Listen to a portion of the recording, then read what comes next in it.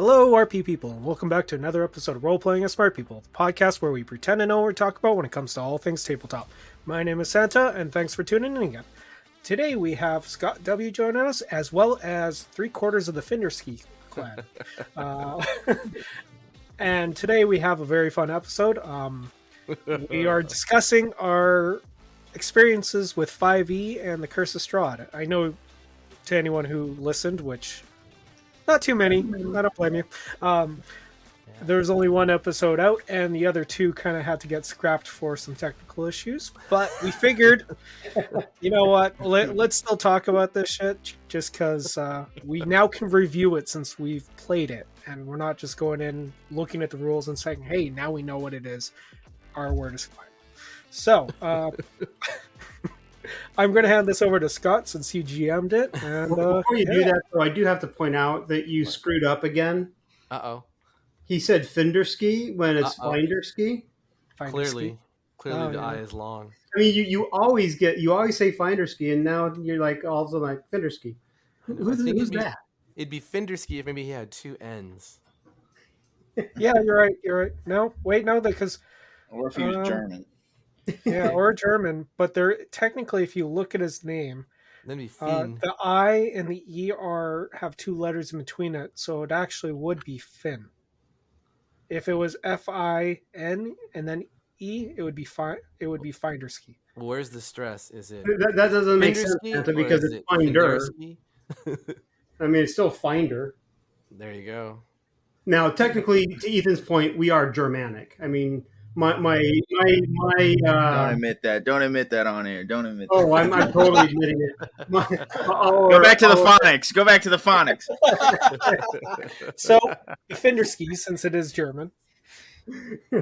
Although my great-grandfather would punch you in the nose because when he came here from Germany, he never spoke German ever again until he got senile dementia. Then it was only swear words. That happens. So. Nice. Well, my name has stayed pretty static since my forefathers, Santa. There you go.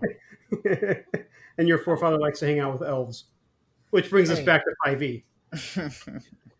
Oh, true statement.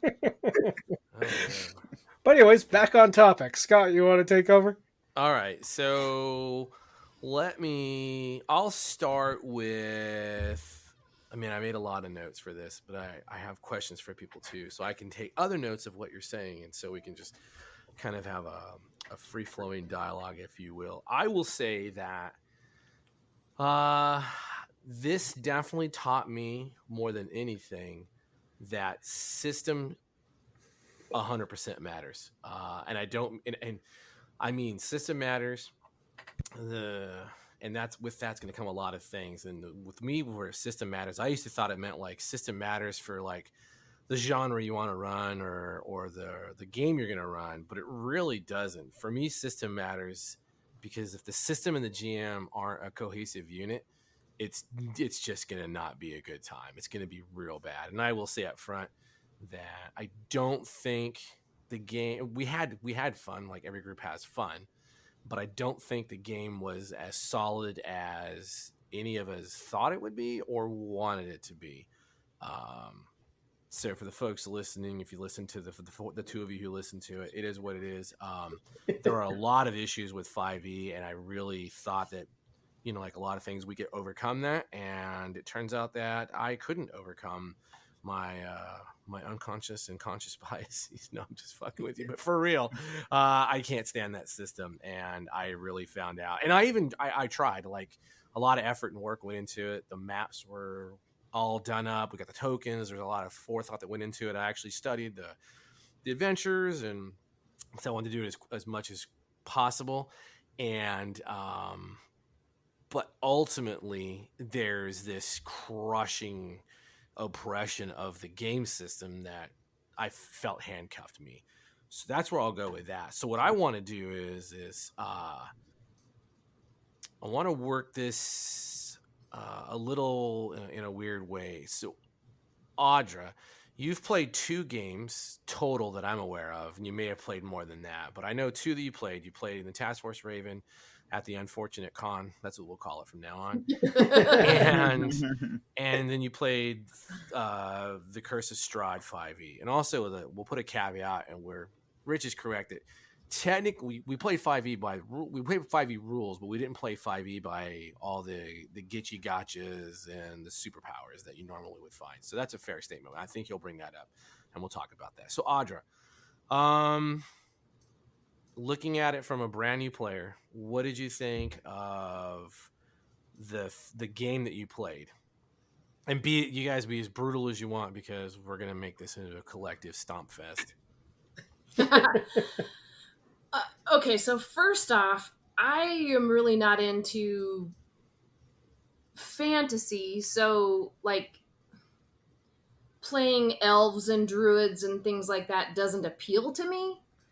As I was talking with Rich, I really liked Task Force Raven because it was just regular people fighting astronomical troubles and even mythical troubles, but they were using their grit, and whatever they had on them. And I kind of like that underdog triumph thing, use your brain stuff. And then as far as the Curse of Strahd game, I did not like random characters, so that most of the characteristics and tools and all those things were chosen for me. I didn't like that. I like to have more say in who I am and my, what I am and what I'm doing. It was confusing and hard to manipulate 4 characters apiece all around the place and try to remember who has what tool and who has what ability or what personality, or what do you have on them. That was confusing and difficult. And then when we were about ready to really narrow it down to one character,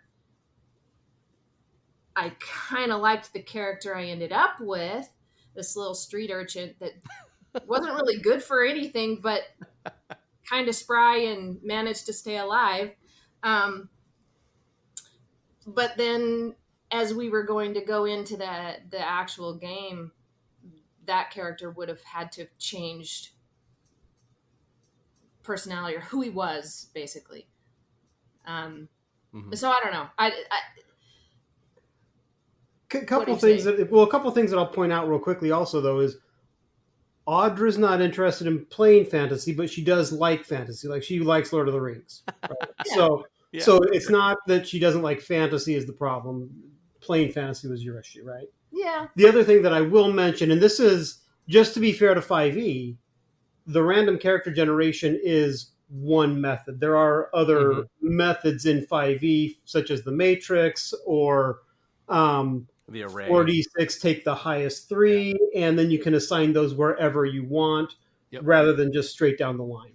Yeah, we did one method. Yeah, because normally Audra in 5e, you would get that experience of you can make your medieval superhero kind of the vision that you have. So yeah, that's totally fair. I think the other thing that I didn't really like about it is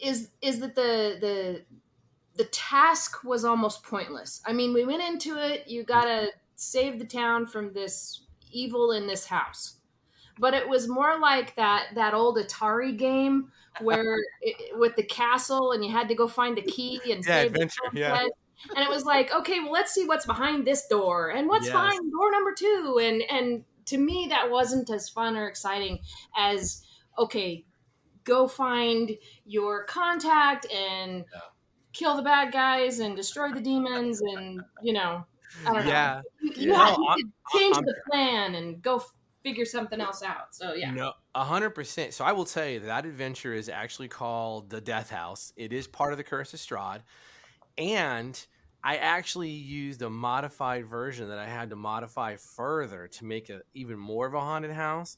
because the original adventure, I shit you not, starts off with the party walking down these dark, creepy fucking streets. Sorry, swearing. These creepy streets.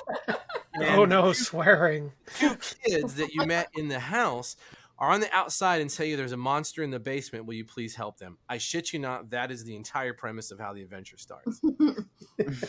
Right? And it's like, that's the dumbest shit I've ever read in my life. Yeah, it seemed childish to me. Like, this Yes. would be a great game for young people. And to me, I was like, oh, I'm over that. Yes. Yeah, 100% agree. I did not like the adventure either, but it really is. It's their starting point. I was just like, this is not a good starting point. They should be ashamed they even wrote this thing. I'm glad you brought that up. So I have a question for you now. What is your thoughts on, so game system wise, you did play D&D, you rolled D20s and you got the bonuses and you fought the monsters and you got one action and you got maybe a move and you hit defend until someone's hit points are gone, right? That's the D&D side. And then the Task Force Raven is based in Savage Worlds, and so you know that's a little bit different of an explanation of things. There's a few things that go on in that, but what do you think of the two game systems in, you know, comparing how 5e ran compared to how Savage Worlds runs? Well, granted, my minuscule amount of experience, but I liked the Task Force Raven, the Savage Worlds one, so much better. I think because as a player, I could totally throw a wrench in the system and do something totally different than what the GM had planned and say, okay, well, I'm going to do this instead. And, you know, and then the GM having to run with it and, oh, that was a really cool idea. I'll give you a Benny for that or whatever. And so I like the freedom in it. I have no arguments there at all. It's definitely, yeah. And I think Rich had mentioned that, you know, again, I think I was pretty sad Panda running 5e because of what you just said. There's no good way to reward good play other than, you know, that was a good one. Now roll your D20. You know, it's like, even with inspiration, it's like you can only have it by the rules 1 point, and that's all you can ever have, no matter how awesome you're doing. So, and on top of that, it only modifies a die roll. It lets you roll two dice and keep the highest of the two. So it's not basically rolling with advantage. Yeah, and it's not even as fun as Benny, where you can do so much more with the Bennies, like you said, Audrey. Where you can change the flow of the story, you can redo your damage, but if you live up to your character, then you're rewarded for that.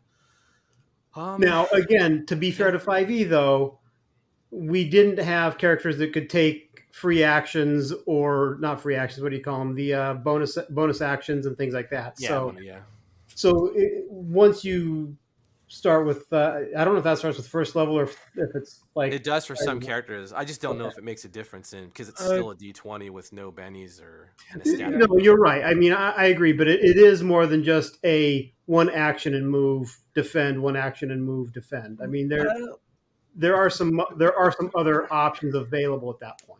May I cut in there? Yeah. So I was looking at some of the classes, and yes, some classes do get more free actions, but like, let's take the monk for example. You get a free action where you can punch with your hand.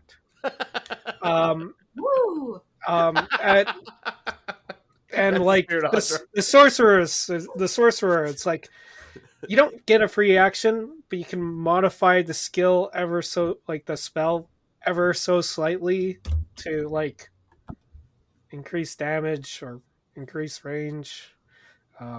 Fighters have the cool mechanic of, and druids can turn into wild creatures as an action, but most things it's like until you get your second action at level 5, I think it's level 5, you don't really have too much. You either cast a spell, or I attack, or I turn into monster.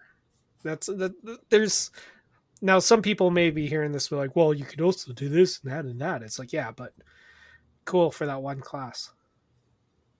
I think I just like the freedom of Savage Worlds in the fact that okay, I have this to work with. So what can I do with it? Or can I acquire something else and I have the freedom to do that, or totally change it up and do this instead? And I love the freedom of that, instead of having to wait until you raise a level to be able to do such and such, you know. Yeah, and you even with the Savage Worlds game, you even had a pre-gen, which is pretty impressive that you still feel that way, even with a character that was pre-created and handed out to you, where you still looked at it and was like, "Oh, I can work with this and make cool things happen." Yeah. And to be fair, Savage Worlds does have some limitations, sort of like levels in air quotes, where there would be powers or abilities that you would have to wait at certain points. But I mean, I think your point still stands. You're much more capable, I think, as a novice in Savage Worlds of doing what you can do. I always tell people, imagine your wizard that can throw a dagger, cast a spell, and then whoop someone's ass with their staff all in one round, because it's possible, and it's just not possible in D&D to do those things. Yeah. I think, Audra, I want to take a pause on you, Ethan. So I want to save your dad and Santa till last, because they play with me a lot. So for you, Ethan, this was your first time with 5th edition, or did you have experience with 5th edition? I've never played D&D, actually. All right. And your dad would say you never have. You still haven't yet, but that's fine. Well, I would say that he's played it. He just hasn't played it to its fullest yet. Yeah. And I agree. Yeah, and you never will with me, so. Oh, so yeah, kind of the same question. Is you mostly play Savage Worlds and then some Free League stuff? Mostly Savage Worlds. Okay. In my experience. Yeah, although Coriolis is Free League, so. Okay.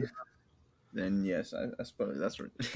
I mean, to me, honestly, I guess system doesn't really matter that much. Like one action, one attack per round. That's like pretty much. That sounds like Savage Worlds to me. Like, but I guess it's just because like what Audra was saying with like having 4 characters you're kind of in charge of, or like it kind of like sucked the actual role playing out of it almost.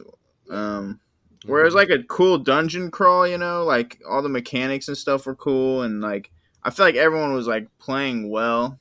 Yeah. And it was like, but it also like it didn't seem as fun because like the role playing wasn't there, where you're like you're doing this because you're this character. So I guess that was my only issue, really. Okay, I'm tracking. Yeah, the funnel's weird because it obviously comes from DC's Dungeon Crawl Classics. It works. I personally think it works better at a physical table. I know I've watched a lot of videos. I think it's better because you have one piece of paper and it's divided into a quad slide with these peasants, and so your ready access to information is so much faster than Roll20 will ever allow that to be. True.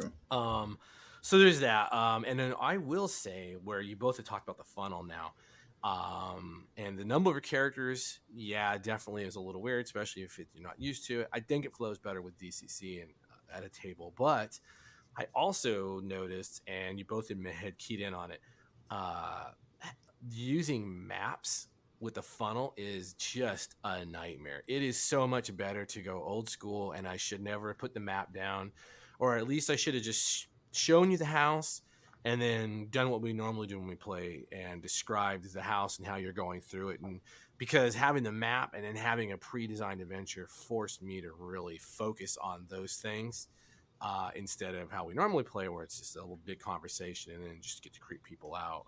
I don't know where I was going with that, but hopefully that makes sense to everyone. Yeah. Oh man. Okay. Anything else? I don't think so. I mean, I feel like once we actually like narrowed our characters down now, and like the next game would actually like kind of fulfill what I like in RPGs. You know what I'm saying? Because it is just like character creation. That's the thing. Yes. But yeah, that's pretty much all I really had an issue with. Beyond that, I thought like it was I don't know. I thought everyone played well. Oh, 100%. 100%. Yeah.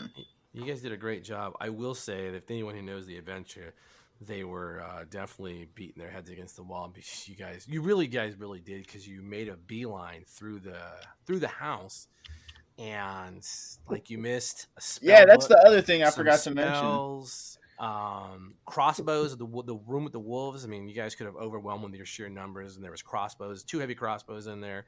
But yeah, you missed a spell book, a bunch of magical scrolls, some magical potions, and that was kind of meant to build you up and get you ready for that, the ultimate combat there. Oh, word. Oh Oh, yeah, I you guys missed secret honestly, and doors. I felt like I was trying to die. Like I was trying to do stupid stuff, and it would Yeah. just be like a phantom like scares my guy away, and I was like, oh shit. I was like, he's not gonna get killed. He's like, I'm trying here, trying to shave some of these numbers down, but somehow they all made it through. I don't know. Yeah, I mean, you got lucky rolls. Whereas I will say That's though, the true, funny that's thing true. about Ethan and Oren is their dice typically are kind to them. I don't know where they get that because they don't get it from me. Not at all. But I mean, even in Savage Worlds, when they were playing as like kids, like 10, 11 years old, they would trounce dragons. I mean, their damage rolls were killing dragons off the jump, and I'm like, what the heck? It's just like the inner gamer spirit. You know when it's gonna hit. I can feel it. I can feel it. No, and it really did help out. Because there were a couple of moments where I was just like, this funnel was a really good idea, but I'm really nervous that like, we're gonna have to pull some people out of our butts for a couple of you. So I was like, oh boy, definitely a learning lesson. I don't know. Starting D&D characters off at first level like that is always weird. So I thought we'd try something cool. But lesson learned on there. I apologize for that. I think it worked. It was a little more. It did work. I think you're right. In person, I feel like it would have been a very different experience. Yeah. So. Well, the other problem with the way we did the funnel, it sounds like, Scott, was initially we did it wrong, right? Where you had us controlling actions of 4 individual characters rather than a group of 4 characters that all move together. Yeah, well, that's the rub. Is technically you can do it either way. It's not really a wrong way or a right way. It's just the easier way is to what we finally did was to give you like, a character with all the best benefits possible to represent the group and just let you choose your sacrificial lambs. But DCC, really, you do take your 16 characters, 20 characters, and you run through the gamut, and you'll be sitting there saying, okay, well, Gong Farmer 1 is going to be who he opens the door. Okay, Gong Farmer 1 takes 15 points of damage from the fire trap because he didn't know to look for it, or you didn't bother. So yeah, the funnel can work either ways. I've seen it done both ways.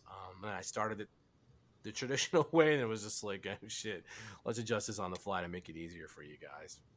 Because I can feel the frustration too. Like I said, I was super frustrated with just the level of energy that I was able to bring to bear. Man, what a fucking horrible game. All right, Rich and Santa, who wants to? I'll let Santa go first. Oh, look at that. All right, let's do this. Shoot. No, go ahead. So, I mean, you play with me. You play with me a lot. You and Rich both. Yeah, I've played with you quite a bit. I've talked with you for a short while now. Yeah. Personally, and this is going to kind of go against a little bit of what Audra says, but this is more my own personal likes and dislikes. I actually enjoyed the 4-character randomization for character generation. Yeah. I thought it was a ton of fun. In fact, it was the most fun I had. When we did start playing, there was kind of that a little bit of difficulty with how many characters we had, and it did get, but that was more of just a learning thing. I really, really loved it, and I actually thought it was hilarious when Audra just kind of ran out of the room and left my characters to die. I thought I honestly was like, wow, this is how my favorite one dies. Okay, but I was like, the moments where we got into just the role play and not so much moving the guys around, that's where I really kind of enjoyed it. Yeah. But at the same time, like when we're actually playing, I felt very limited in what I could and couldn't do. And I don't know if that's maybe just because I find when you get a board involved in playing any kind of game, it always becomes more of a board game than an actual game. Yeah, man. I told you, the dolls, right? Yeah. And the one thing I wasn't looking forward to, which I kind of got lucky for, was I really didn't feel like picking a character class because Why? I don't like, I'm not saying I don't like any class-based system, but I find a lot of times like I played 5e as my main system before I met you guys, before I was on Roll20, when I was just playing with friends. And I was always so bored with the mechanics of my characters opposed to anything else. Like my favorite session was literally where we lost, half the people had to cancel in short notice, and we literally went around on a shopping list grocery shop for our next adventure. But it was just hilarious because we were just RPing. There was no real need for a board, and I had the most fun during those times. The moment you get into combat is the moment where, and I don't blame people when you sit there and it's like one person's doing their action and they're planning this through, and you see the other people and they're either talking amongst each other or they're on their phone, and it's because you kind of already know what you're going to do. Unless someone kills the guy who you're about to hit, there's not too much more for you to do. And I played an illusion wizard, so I could at least control the board, but at the same time, you're either giving people buffs, debuffs, or just confusing them, but there isn't too much to do that really feels like it's going to stick out. So, I was, as a 5e refugee from way back when, I just always usually dreaded going into combat. Yeah, sure. So you would never go back unless you really had to? Unless I really had to in order to get the full 5e experience for everyone else, and I don't all of a sudden come down with a sickness. But yeah, no, that's kind of my honest opinion of it. And yeah, it's just you don't feel like any character is yours because you're just playing the same character as somebody else created, pretty much. You mean regardless, or because of the fun? Irregardless, you can put on a personality, you can do that, but like if you're playing a rogue, you're playing a rogue. If you're playing a wizard, you're playing a wizard. It's just, you know that someone's done exactly that. You can't really customize it. Like even like a spell sword, it's like, oh yeah, in 5e you can be a spell sword. It's like, yeah, and you're going to completely suck and not be able to do anything for 3/4 of the game, because whenever you do, your friends who have just picked actually an actual class that works will do every combat, will do everything like that, and kind of just leaves you to do nothing, right? But yeah, well, I'm tracking. So for you and Ethan, because I didn't ask Ethan this, so after hearing Audra talk about her dislike of the adventure, and then I described what the original adventure was supposed to be like, but for you guys, did you guys kind of agree that the adventure is just sort of corny, I guess is a better term for it, or lacking? I don't know. You want to shoot first, Ethan? You can go ahead.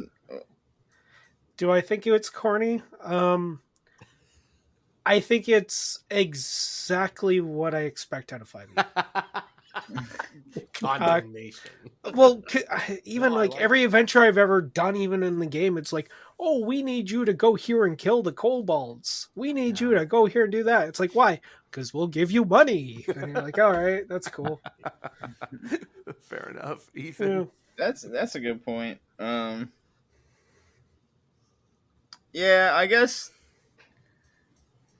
maybe I'm always like hopeful. I'm like, let's see where it goes. Yeah.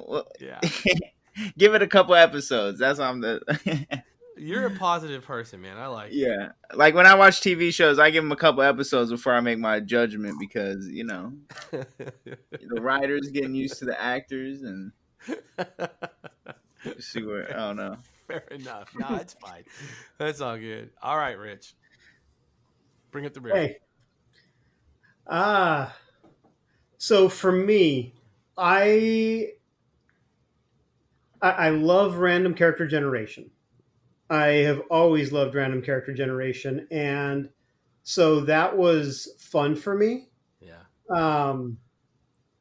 For me, especially I think in 5e, it presents the challenge of how am I going to make a workable character with this crap? Yep.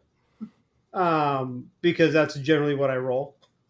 So, well, and but 5e kind of demands that, right? yes, Yeah. So I'm yeah. sorry. Go ahead. Well, and I think that's my biggest problem with 5e is I know my rolls are going to suck, and I've got one shot, and then if I get hit with something that gives me disadvantage, now I'm really screwed, sort of thing. And so that's the one thing that I do like about Savage Worlds is I'm not stuck with that. I've got 2 dice that I'm rolling. I'm always rolling with advantage 100% of the time. And if those suck, then I can throw a Benny, hopefully, if I have any, to try and do better. So now it's double advantage rather than single advantage. So my odds in Savage Worlds are better, which is more fun for me because I fail so much at life in many areas that I want to have a character who can not fail at all the things. So it's like I play a game to escape reality. So yeah, I mean, but I do love the random character generation because that's where the creativity gets to come in from a 5e perspective. Yeah. The thing that I probably hate the most about 5e is I'm not going to say combat because I enjoy combat. So unlike Santa, I still like combat, even in 5e, but I don't like that initiative is static. Yes. Even in Mutineer Zero, it's frustrating for me that initiative is static, and there have been times that I've toyed with the idea of altering that because random initiative, to me, is a lot of fun. It gives you other things to think about and other ways to strategize, and for those plans to totally get screwed over because you don't get the initiative you were hoping for or whatever. Yeah. So I love random initiative for that reason. Yeah. Sorry, that keeps combat more of war is combat is war. You know, Yeah. Right. That randomness, the chaos. Yeah, I agree with you. Yeah, I love the chaotic nature of it. Would I ever play 5e again? Absolutely. It's not my go-to system, and I would never DM 5e. But if I had a group of friends that said, "Hey, let's play 5e," and somebody was willing to DM, I would play that game because for me, the gaming is a vehicle for social interaction with people that I enjoy hanging out with. Yeah. Just like going to McDonald's. If my kids wanted to go to McDonald's, I'll go to McDonald's because I'll be with you all and we'll have fun and we'll talk and whatever. But by no means is McDonald's my preferred place to go. So, so D&D is the McDonald's of TTRPGs for me. Right. I mean, and I we were talking about it on the Discord for the podcast, and yeah, I would play it, but I only play it so many sessions, and then I just say, hey, let's do a one shot of Savage Worlds. Yeah. And then we never go back. I've never had a group go back to 5th edition with me. So it's like they just discovered Burger King. Yeah, exactly. Yes. You make your goddamn hamburger. I'm not making it for you. Oh my God, that is a perfect analogy, isn't it? The burger joints. Yeah, it is. Holy God. Yeah. But it's literally burger joints. It is. As it relates to the adventure itself, I didn't have a problem with it. It is fairly standard in terms of D&D structure, but I grew up with that D&D structure. So for me, it's like that warm blanket. It's something I'm familiar with, and it's like, oh, okay, this is cool. We did, like you said, go through every room quickly. We like made a beeline to try and figure out what's going on and get it done. Yeah. I think part of that was a result of 2 things. One, the funnel, and 2, we're playing incompetent characters who are trying to avoid danger as much as possible. So, like, rather than attacking that wolf in that study, Audra runs away. We don't stand a chance of going against that thing in our heads when we're thinking about individual characters in the funnel. And a lot of that at the time was sort of that scenario, right? So I think that played a part of it, but we weren't even level 1 competent to go up against some of those monsters. And so I think it's is there anything safe in here? Okay, great. There's no danger. We'll explore this room a little bit. There's an interesting mirror.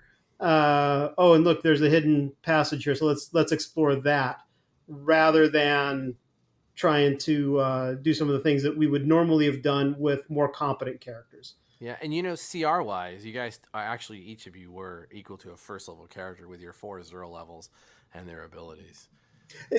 I agree. Yeah. The problem is, but the psychology. I wasn't thinking of them in terms of a character. I was thinking of them in terms of 4 individuals who all suck. No, I'm tracking. Yeah. And that too, and you mentioned the conceit, is that is a big part of DCC, is that DCC, I know we've been talking about playing it. DCC is going to make you do a funnel where you have to make dumb decisions. And I think we talked about that originally when we started the 5e. It was like, hey, the conceit is you're expected to do really, really dumb shit with these characters. If you have your favorite, then that character grabs the juggler and throws his ass down into the fireplace to die by the magic, kind of shit. It's an aside, but I'm with you, man. Yeah, I think the psychology of the funnel digitally really didn't help out. No, I agree. But I mean, for me, it was fun, especially seeing how some of the characters did behave. Like Ethan's character goes full on into the meal, and I'm like, I know D&D adventures. That's not what you do. That's how you die, especially when I can't make a saving throw. I was attempting. That's what I was aiming for. I just got sick. Well, that's because it was written with it. In fact, that wasn't even an original part of the adventure. That was the additive someone put in there. And I was just like, this is so dumb. Why not just kill him outright? Like DCC would kill you outright if you fail the saves. That's how that game does. It has no mercy on the funnel. You're gonna die, and you're gonna die a lot until you grind out to the end of the adventure. But so let me ask you guys this, because it's gonna be a little bit of a loaded question, and then we'll get to an interesting side effect of what we learned. Do you guys think you are the right group to play the module Curse of Strahd and or 5th edition as a group? I am going to, and I would love to hear Audra and Ethan's take, and Anthony as well. In fact, I'll let them answer first, because I've got my own opinion on whether I think we were the right group or not. Yeah. So, quick clarification though: are you talking about group as players or group as characters? Group of players. Are you the right players for the adventure and or the system? Yeah. Okay, so as players. Yeah. I don't even know. I honestly don't know what that means. Like, so did you feel constrained by the system if you're normally somewhat? Okay.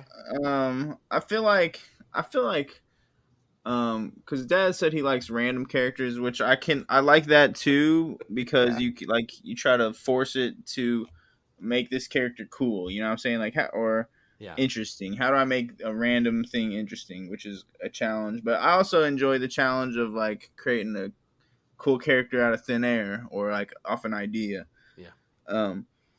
So I don't know. So I feel like I listen to D&D podcasts, and I feel like anyone can make basically any system interesting, you know what I'm saying? I just feel like I didn't have a chance in the funnel, but I don't know. I don't see why not. But yet you survive. Yeah. No, I didn't have a chance to like. Oh, I see what you're saying. I see what you're saying. To really just like have a character like or Yeah. Develop be a that. personality. Okay, go through the levels. Yeah, because I mean, a lot of my enjoyment out of roleplay is like reacting to things or like talking. I really enjoy combat, but it's mainly just like kind of playing a part. You know what I'm saying? Do you play one shots? I have before, yeah. How do you like one shots? Well, the one shot that I played, I kind of had an idea for the character, and I had a lot of fun because it's like I have a thought out character. Whereas when I'm playing like 4 random characters, I don't really have justification or I have like contrasting justifications to do things. You know what I'm saying? Whereas if I have a single character who's thought out, I know who this guy is, then I'm all my things like all the things to react to or role play just like come naturally to me more. Okay. Whereas so like narrowing it down to one character, I feel like would ease things up for me. So I don't see why not. Why we wouldn't be the group. Okay. Because I guess I don't know what that really looks like. Sure. Yeah. It's okay. We'll believe me. We'll get to it. Audra. Well, I agree with Ethan in a lot of ways. I think it doesn't matter. I mean, if you're playing a game with your friends, you're gonna make that game fun. With whatever you do. As far as the system goes, I liked. I mean, we had 4 characters, right? Yeah. And I really liked probably my least effective character. But that character did some amazing things. I mean, he threw nails and, whatever. I mean, it worked out and he survived. And then when you told me, oh, now you have to be a druid or a whatever, do you know what I mean? You had to pick something that he was. You had to put shackles on. What I liked about the other system is you could have a job, but you were your own person. Yeah. Does that make sense? No, 100%. Yeah. And in this one, you had to be that person, Yeah. And I would have rather taken that puny little character that I had and done whatever I could with that. And just keep going, right? No character class, just keep advancing as you can. No, I'm tracking 100%. And the throwing nails thing, by the way, I think I told you, may have said that was 100% GM fiat. That actually is not in the rules, but I couldn't fucking take it anymore. And so I was like, they're cold iron, they're gonna work. I don't give a shit. Anyway, that was just a footnote. And then you've only ever played a one shot. And we kind of talked about at the beginning where you liked the character you were given and you felt you could do something with it. Yeah. Which is Well, cool. to be clear, to clarify that a little bit though, she wasn't given a character. She got to choose of the pre-gens. Oh, true statement. That is fair. I mean, she did choose something. That is fair. The other choices were taken from her, but even then, there were options and choices within that pre-gen to customize because there were slots that were open that say, okay, pick one of these, pick 3 of these things, pick this thing. Yeah. And so there was still some options for her to customize that pre-gen even. And not just the tools, but the background and the characteristics too. So yeah. Yeah, fair enough. I'm just a good game designer. We'll just put a note. Yeah. All right, Rich and Santa, who wants to tackle this question first? Because I think Rich knows what I'm up to. But you know what? I'm gonna go because I most people would assume I had a smart-assy comment to make, and I did. But to be honest, even while listening, I'm kind of realizing that my smart-assy comment is kind of a little bit more true, just listening off of Audra and Ethan. But I think one of the issues is I don't think as a group we are the best group to be playing 5e. And part of the reason is because we've played other systems or we've learned from other systems. And I think that is actually when 5e starts to falter a little bit. Because listening, it's like we like the role play, right? We like talking about that, but we like also having our characters be kind of unique. We don't mind there being faults with a character. And unfortunately, when it comes to 5e, optimization is almost necessary. And like you can talk about, power gamers from all systems, everything like that. But in order to play 5e, you almost need a little bit of that power gaming. That's why you see people usually, if they're playing this character, well, then they're going to drop charisma, or if they're playing this, then they're going to drop that, or they're going to put their highest skill automatically in in charisma if they're a bard. And it just seems like there's not too much room, because if you are a bard in a game, you always have to have charisma. Well, in other games, you could still be, I'm just quote unquote bard, but you could have skills that really promote towards other attributes opposed to just the core one that your class is supposed to have. And I think that's why we're almost not that great for this game, because we want to do more than just what our class says. Yeah, Rich. No, I'm tracking. I'm just listening. Go ahead. My take on this is: are we the right group of players? I think yes. I think this group of players could make anything work, and we could make it fun. Now, does that mean that this is the right game for this group? Not necessarily. I think I think that as a group of players, there are other things that we could do. But I do think that, to Ethan's point, now that we are at the point of let's develop this character and let's give it a background and let's give it a personality and let's do those other things, it would be interesting to see what those characters look like, how they interact, how they respond. Because I think as a group, I thought the group dynamic, the player dynamic, was good. I think that we had people that were willing to do things, and I thought that was great. To Audra's point, I think the concern that Audra has is her character that survived is an urchin. Now, why the heck is that urchin going to be a druid? It would be a thief, but it doesn't have the stats to be a thief based on what Sandra was just saying, where I think systems like Savage Worlds can shine, because I could have a thief who is completely low agility. I could have a D4 agility and still be a thief in Savage Worlds, because the skill system is so much different. I can. It'll be harder for me to raise my thieving skills because my agility is so low, but I could do it. I could invest the points in that if I wanted to. So you're not as penalized as much in other systems, or in some other systems, for having stats that go against the stereotype for the rogue, that sort of thing. So I think that could be where the frustration comes in for players to characters. But that's why I asked Scott, are we talking about the characters? Because as a group of characters, I don't know if these characters would survive Curse of Strahd. But as players, I think we could still totally have a lot of fun as players, even if it is nothing more than just bashing the system every time we play. It's like, damn it, roll or D20. Good point. I'd be willing to sell my soul to Strahd in order to survive. So the characters, I honestly, mechanically, I don't know, because Curse of Strahd is loaded with magic items and potions and resurrection and everything else that you wouldn't expect is in there. But it relies. So the lower statted characters would require the players to do what I already talked about once, and that is not arrive in Barovia. Fuck you! I kick the werewolf in the dick, and then I go to Castle Ravenloft, because that's all possible. Right, and that's where I don't think you guys are the right players for the system nor the adventure.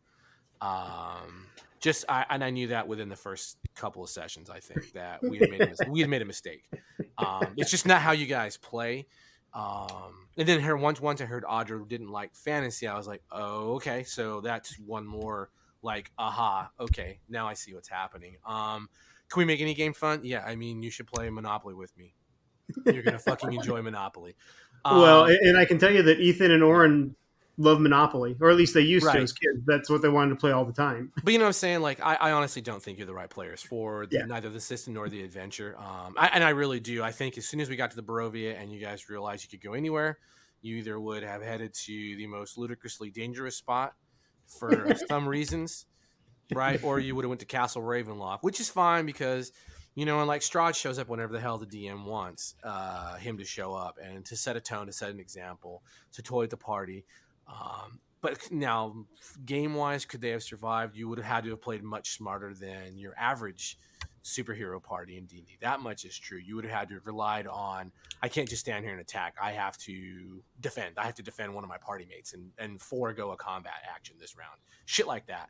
And I love you guys, but I really don't think that's in your guys' natures of how you play. Actually, I will say it is definitely in Santa's and my natures. You're probably right. Yeah. But having GM'd for Ethan and Oren for more than one game, that's totally up their bailiwick because they do that all the time in Savage Worlds. There were times when Ethan would jump in front of one of the other characters just to take the hit because he knew that person needed to survive to do something else. No, that's good. And so having played with them, they're totally up for that stuff. Nice. And I think Audra would too, because her character, her canine handler, decided to come back and check on her dipshit teammates when they're in the middle of a firefight. So, well, technically she came back to check. She didn't come back to intercede until it became, you know, an absolute. And there was a moment where I had to basically Benny her to get back to a bad situation. But yeah, like it's not offensive. Like, I'm not the right person for a lot of systems. Like, I'm not the right person for 5th edition. I'm not the right person for Fate. I'm not the right person for fucking Shadowrun. Or Cyberpunk. I hate those games. Like I was going to register for a Cyberpunk Red game, and I had to stop myself and be like, "Do not do this. All you're going to do is be miserable, and you're going to want to try to control a table and ruin the game." So I deregistered. So it's not. And yeah, you know, like I said, it just is what you get. So I would not. I've done it once with two of you, but I would only run Audra and a group of players like her through Call of Cthulhu. There's not a chance in hell I would run the rest of you guys through a Call of Cthulhu. never happen. Would never happen again. And it's not again. Yeah, it's not in your play styles, in which you all said the same thing. Is like you have these play styles that speak to a certain methodology, and you could tell right away when you guys were playing the characters, even as convoluted as it was just like, oh yeah. Everyone has fallen right into their old play styles, and it's really cool because it was fun. Because I'm like, oh, I know what to expect out of everyone now. So we'll make it as fun as humanly possible as they're, you know, burning ass through a house. That makes zero sense. You know, Chris Perkins wrote this horrific module. Greatest GM ever. I'm sorry, that's Matt, whatever his name is, Matt Mercer. But yeah, that's just it. You know, like I said, it's just it's a thing. And then to hallmark that. I mean, Audra has stated, not publicly, but this is not even like, she did say public, it's just not her thing. And yeah, she is more into like pulp adventure and mysteries and the common person overcoming greater odds for you know, I don't know, fortune and glory, the betterment of humankind, things like that. So it's really interesting, you know. Yeah. Maybe it's just for the money. Hey, fortune and glory, right? That works. Indiana Jones. So I don't know. Do you, I mean, hopefully it doesn't. Like I said, I enjoy playing with you guys. So hopefully it doesn't sound like a dickish thing to say. But I know my players, and there's just things I won't do. Well, Scott, we already knew you were a dick, so it's okay. I would do anything for gaming, but I won't do that. But does it make sense? No, it makes sense. It makes sense. Like, there's some games that it's just. Some people can't like, and I've said this before too. Like, I'm not a huge fantasy person. Yeah. It's just not really my thing. And Finder, we've played a lot. I tend to create more of the social characters opposed to anything. Like when we're fighting that war bot, and you know everyone was on deck. What was my character doing? I decided to stay back in the ship. Like, It's just not like, I don't know. Well, that's kind of what you do, though, right? Yeah.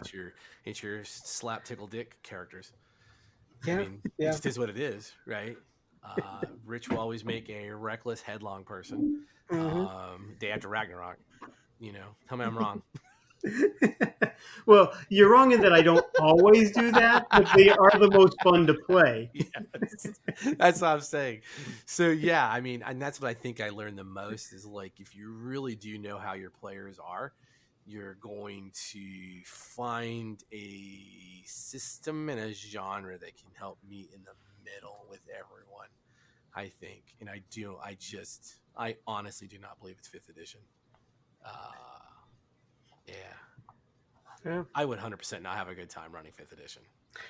So, out of curiosity, because Yeah. even like in private, when we've talked about it, like you've said that you yourself are having trouble getting into it. You find Mm-hmm. yourself almost kind of like fading in and out.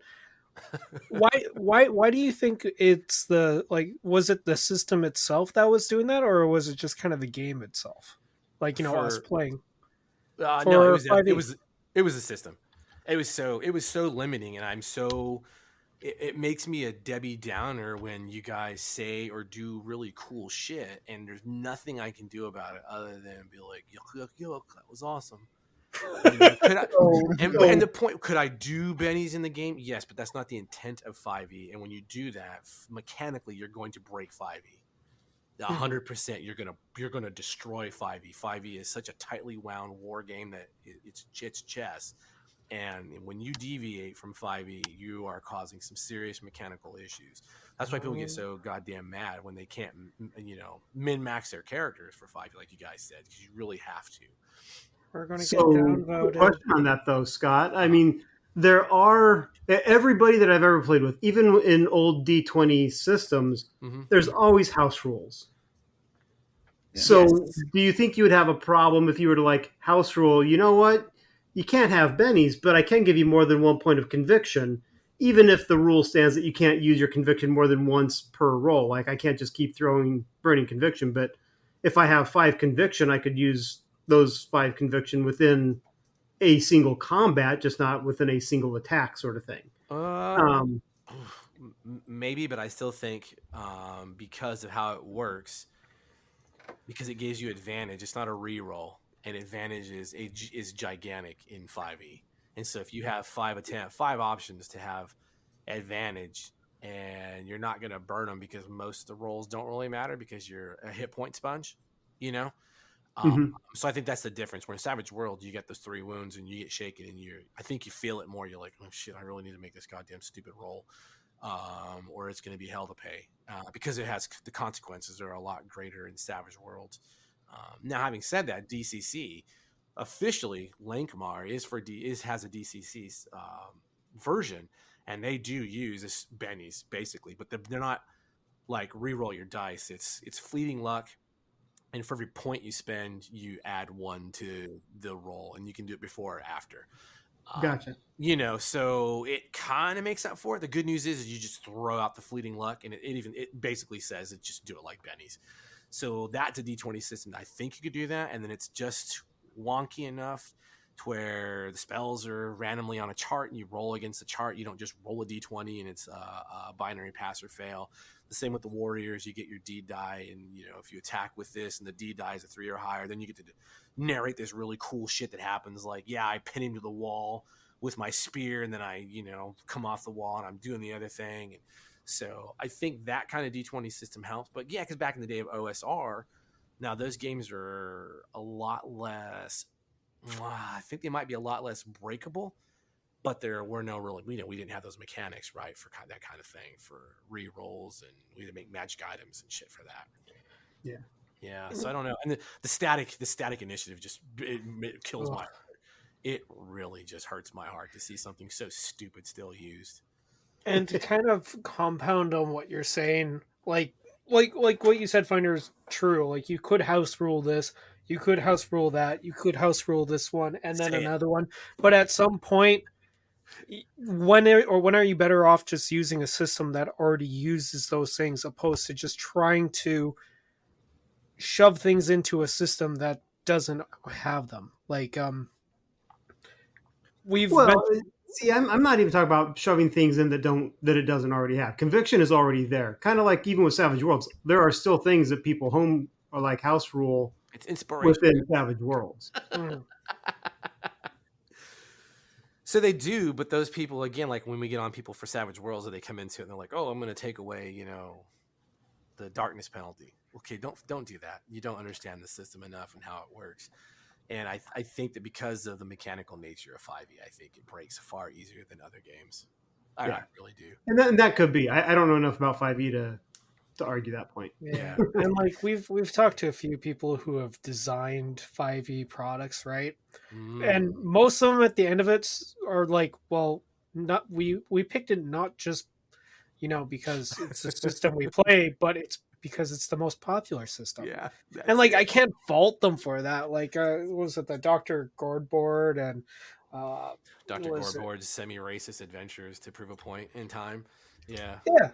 Yeah. Honestly, those guys were actually really fun to talk to. I'm sure they're cool people. It's just I don't enjoy people who make games to do dumb shit like that. Yeah, well, they're keeping. Yeah, I'm not going to get into it. No, don't get into it. It's fine. And then we even had the Lost Learn games where, again, they decided to take the system of 5e and essentially just hack it up and then throw it back in together, and then add in some other stuff from a different system. And like I remember reading it and I was just like, oh my god, like this would have been so much better if they just stuck it to the storyteller system. Or just made it a 5e supplement. Like it's just, I find a lot of times you're shoving something into it because it's the most popular system, not because it's a system that would best suit it. Yeah, I mean, and it's I like other Scott in the podcast Discord. And he said today, Rich, what was it? He's talking about no one is, something about no one is asking 5e to do all these things, right? Like these different genres. But when I put it in there, but I'll reiterate, but they are. Because if you go to Kickstarter, there's a fucking 5e space adventure, there's a 5e pulp, there's a 5e horror, there's a 5e this, is a 5e that. So everyone is, and they're either doing it like we discovered to make the money, or they honestly think 5e is the system that can seriously handle horror or pulp adventure well, which is lunacy.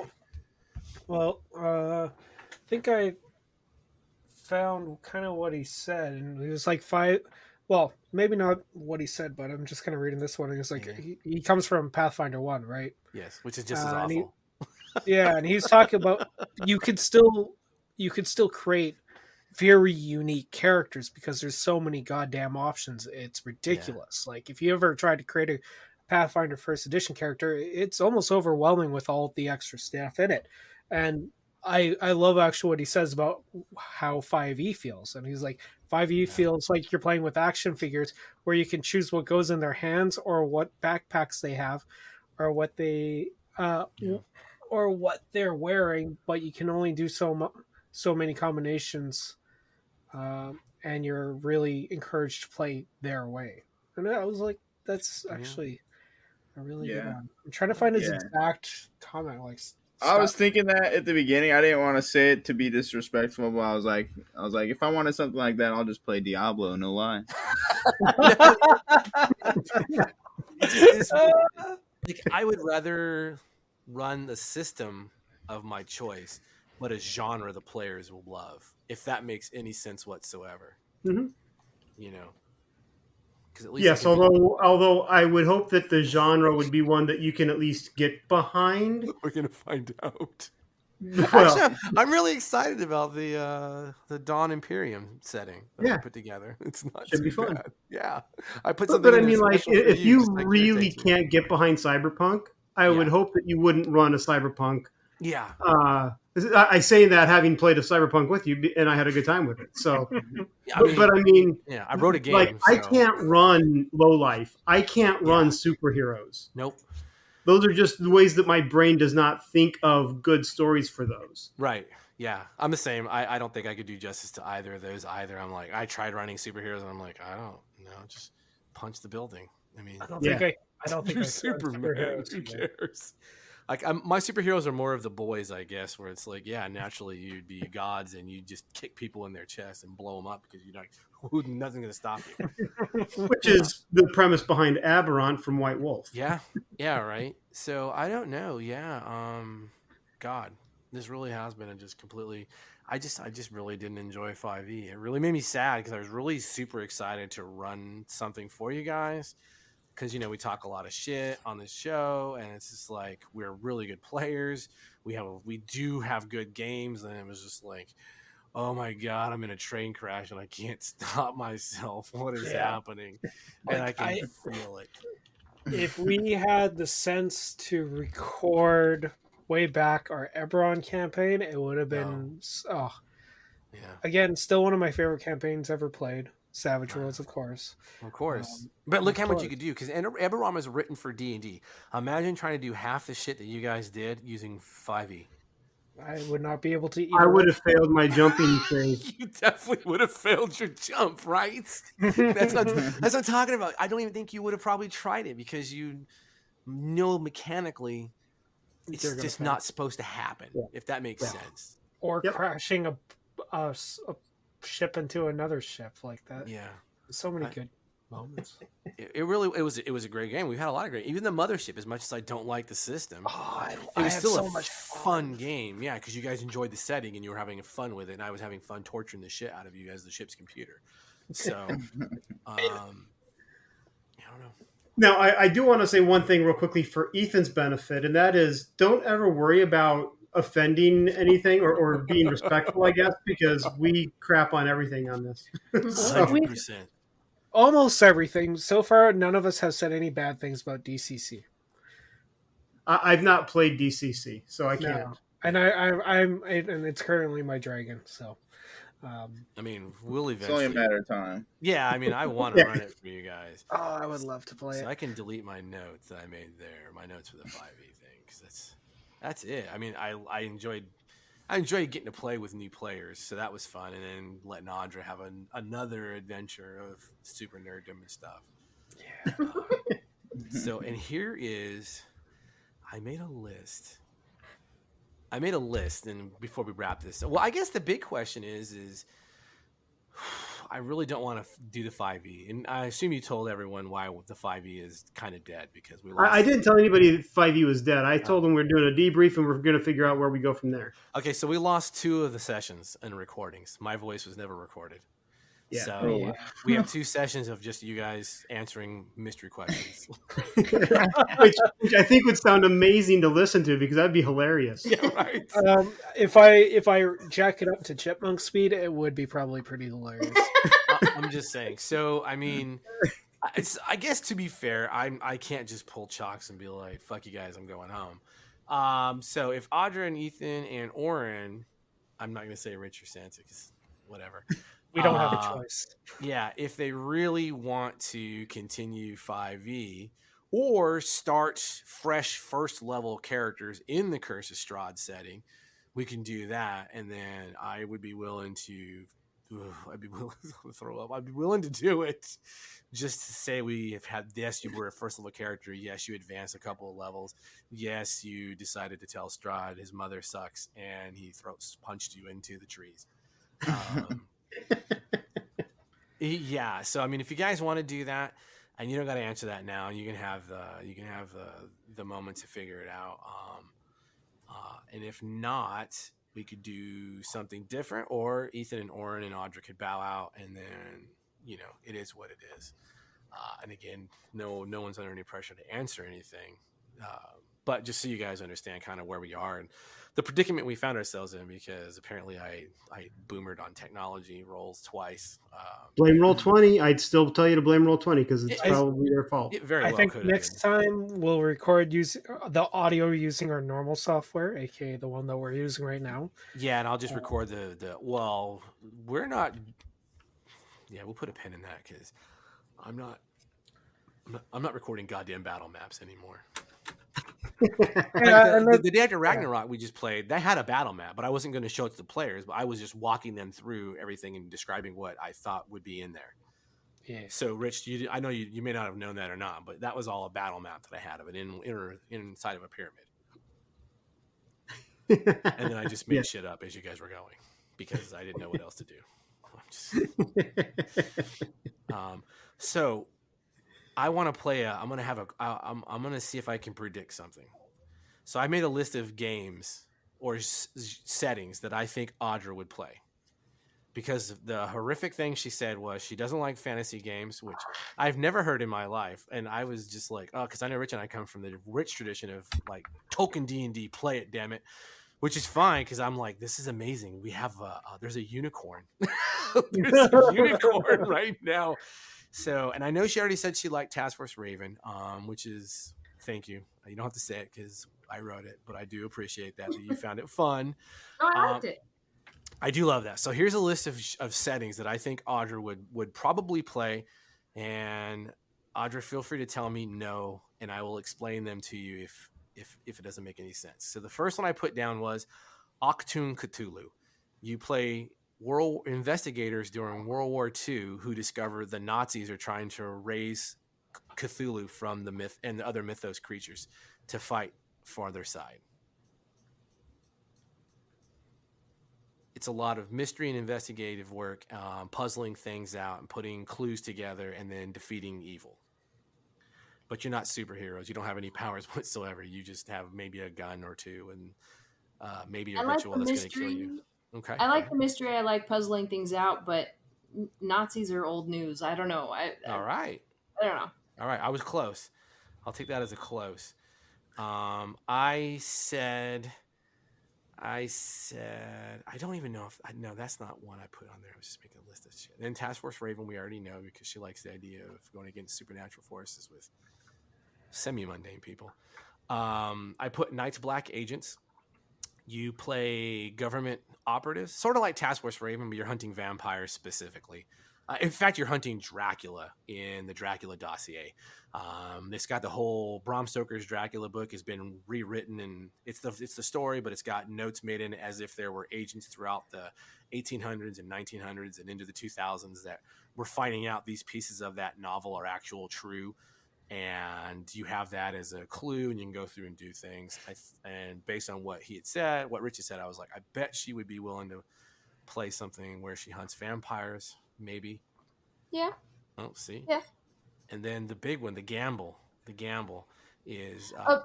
Go ahead, Scott. However, with that, if you know that the only monster you're hunting is that one, that's less attractive to me than being surprised with who knows what comes up. I like this. This is good. That's actually shit. That actually makes a lot more sense. And then the last one I said, and Rich and Santa, you're gonna love this. I said East Texas University. Yes. Don't say yes.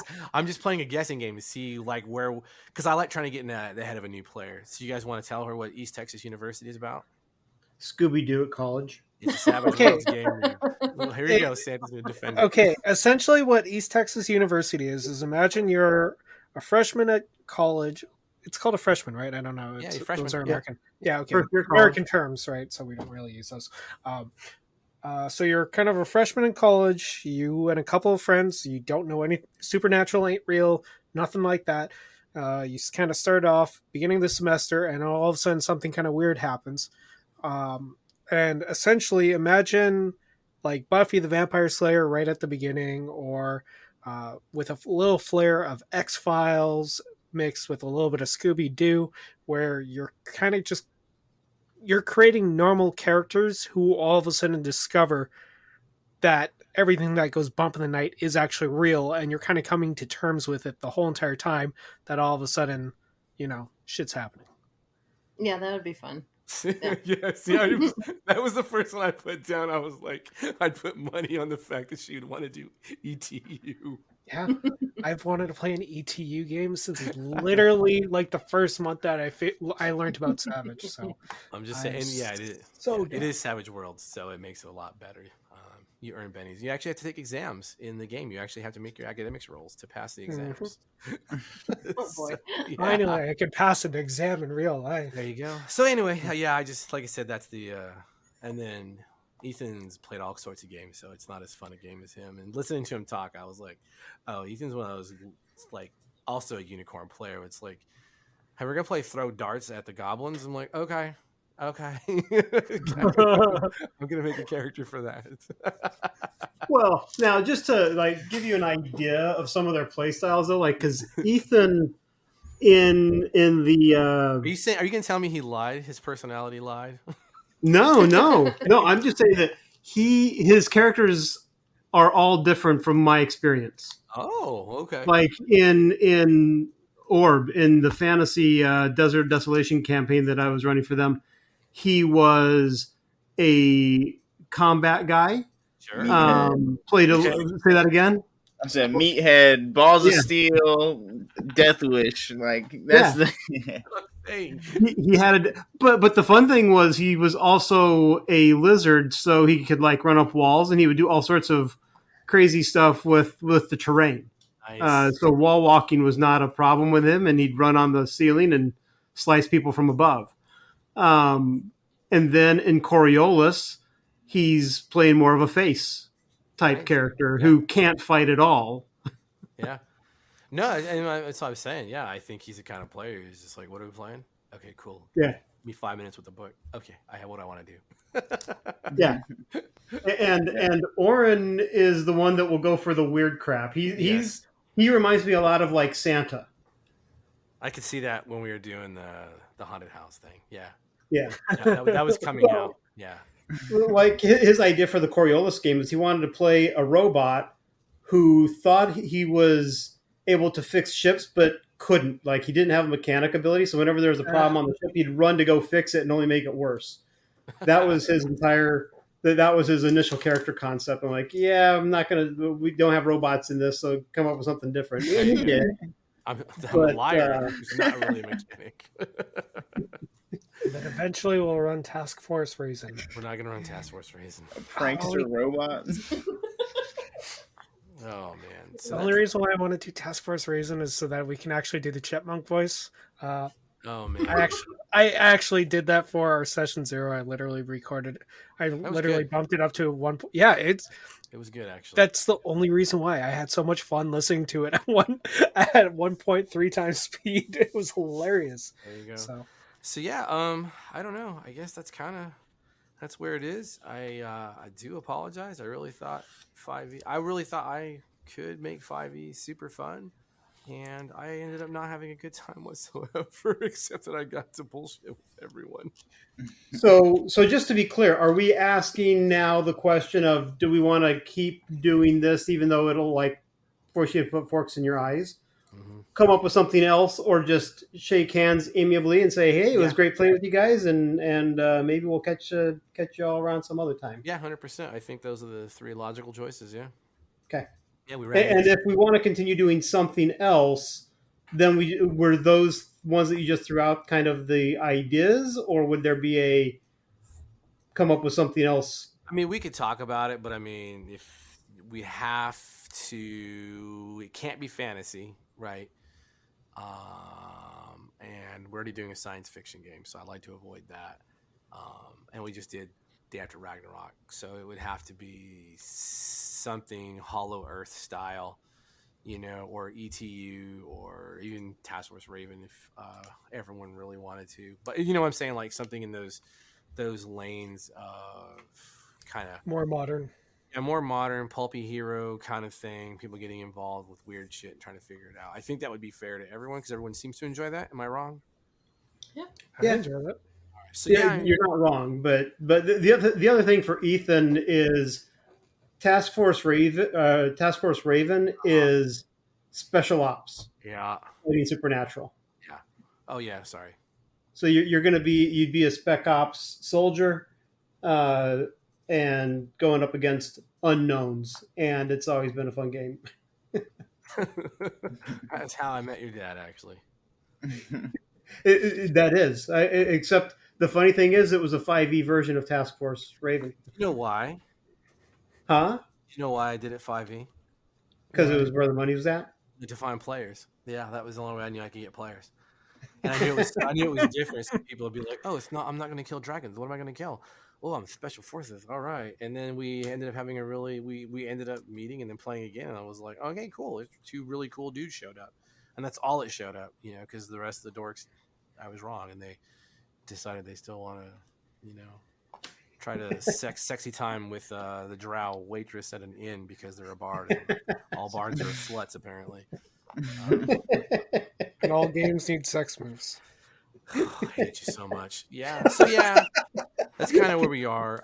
And like I said, if the clan wanted to keep doing this, then yeah, we'll figure something out. It just, or if you guys, and if everyone absolute, like, no bullshit, no kid, all jokes aside, if everybody absolutely wants to do 5e and try to get the experience of what it's like to maybe do a couple of levels, I have no issue doing it. We can do it, and we'll put more energy into it because we're not going to use battle maps, and we're going to go theater of the mind, and that will pull away from some of my distractions, as well as I think yours as well.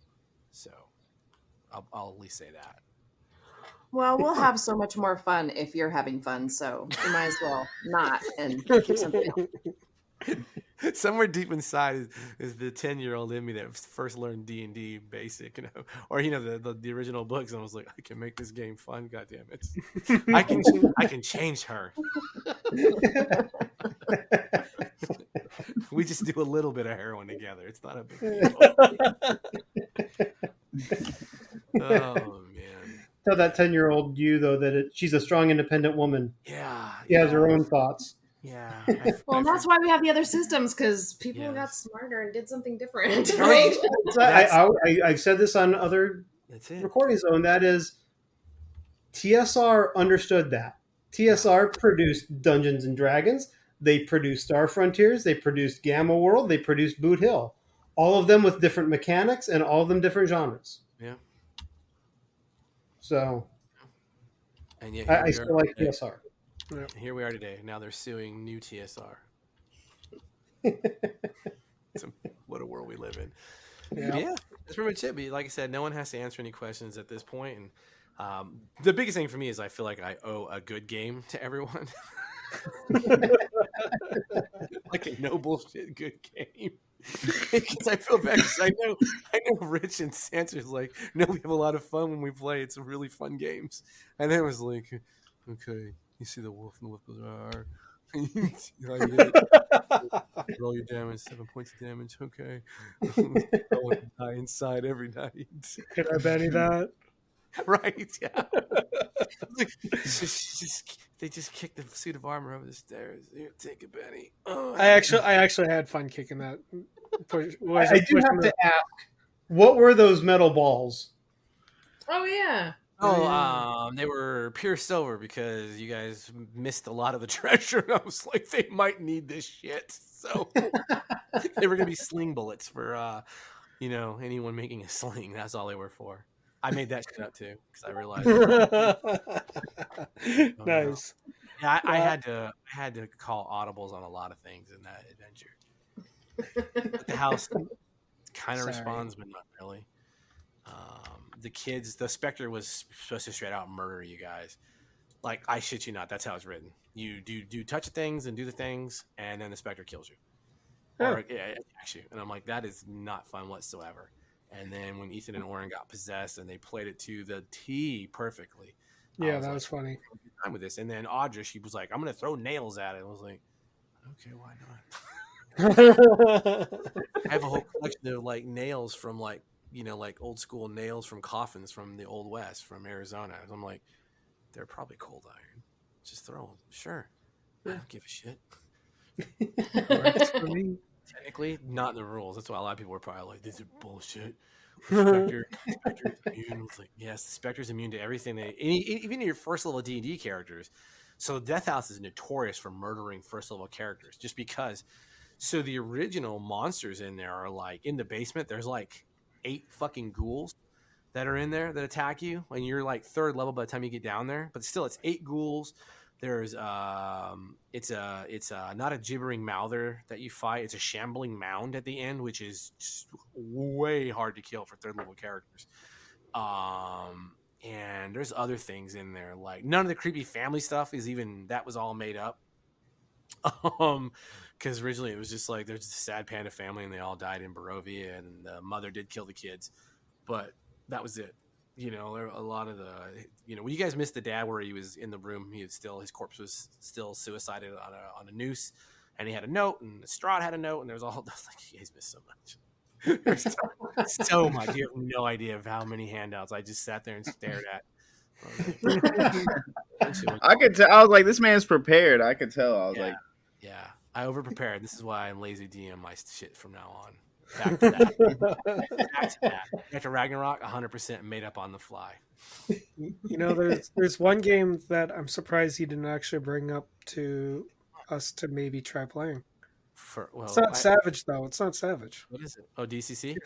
No, it's your favorite game. What? You don't know? Spirit 77. Yeah, I'm surprised. I'm surprised you didn't suggest us to play that one, because that could be hilarious. Could be a good palate cleanser. And I think part of the problem with that, though, say it, is Ethan and Oren have no context for what the 70s were like. Right. Especially. And I do. No, you don't.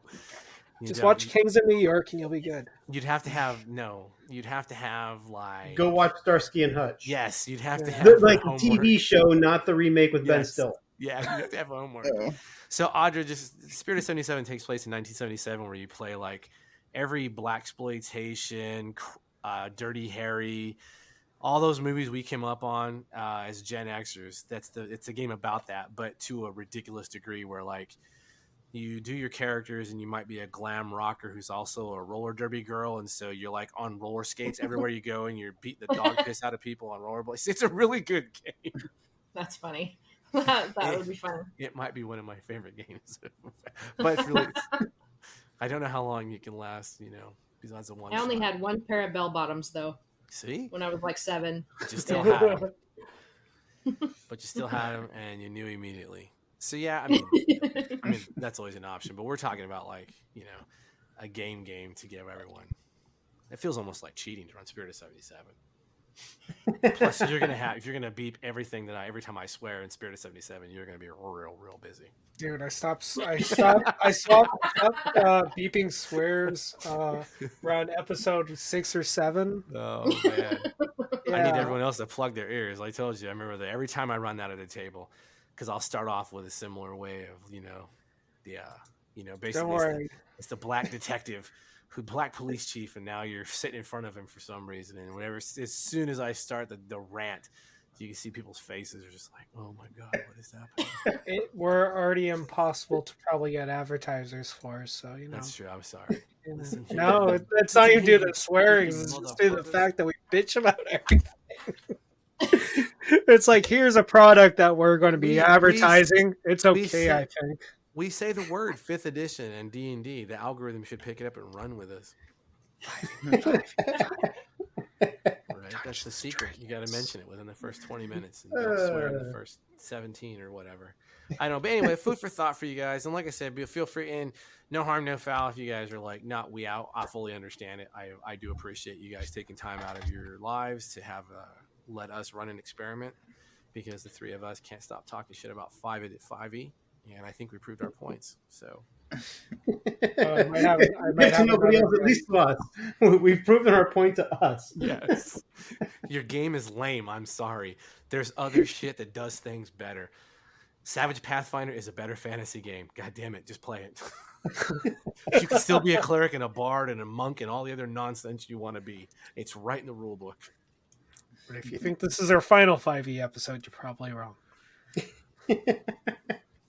We got one D&D coming out, guys. We got content.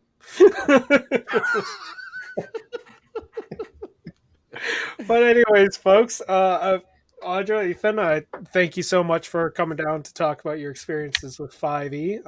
Warren was just so disgusted he couldn't even join. Yeah.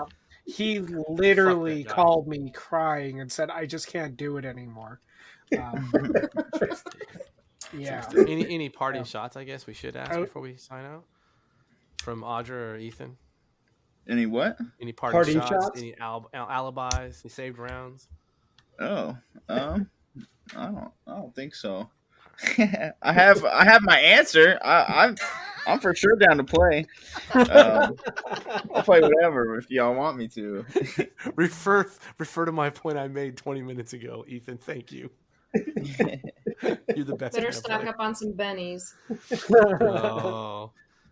And if Audra has the say in what gets played, I don't think you guys are playing 5e. So. No. Yay! I knew you were my favorite. Yeah. Anyway, sorry. I want to play 5e, guys. I'll fix him before you talk again. Thank you. I was just like, oh, I gotta mute him. What's But the word fix? That's what I want to know. What sense of the word fix? I can't hear anything. I don't speak Spanish. But anyways, folks, thank you so much for tuning in, and I hope you enjoyed the episode. I had a lot of fun, and I think everyone in the room did have more fun than 5e. If you like this episode, you can join us. You can email me at rpsmartpeople@gmail.com, or you can join us on our Discord to talk shit about random systems and maybe talk about something that you like too. Who knows? You come try to talk shit about Savage Worlds. I fucking dare you. Yeah. Tried to get me to mute Finder for saying that it has its issues last episode. I was going to mute him for the 5e comment this one, but then I remembered Audra's on her side. Yes. If you did not like this episode, though, you can send me a tweet on Twitter at rpsmartpeople, because that's where all the hate belongs. And I hope you guys have a good week, and we'll see you next time. Bye-bye.